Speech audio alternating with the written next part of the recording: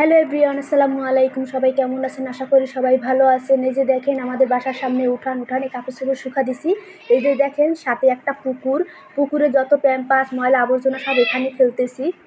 এই যে দেখেন কত সুন্দর পরিবেশ। এই যে আমাদের রাস্তা,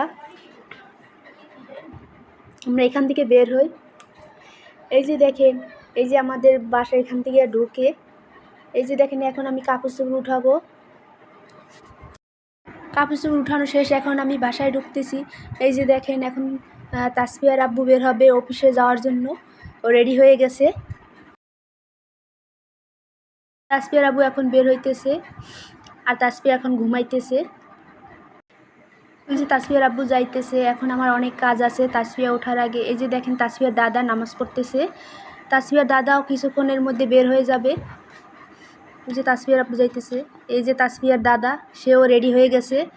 এখন সে মেন গেট থেকে বের হইতেছে, নাতির সাথে কথা বলতেছে। এটা হচ্ছে আমার ছোট নানা, সে বড় মেয়ে।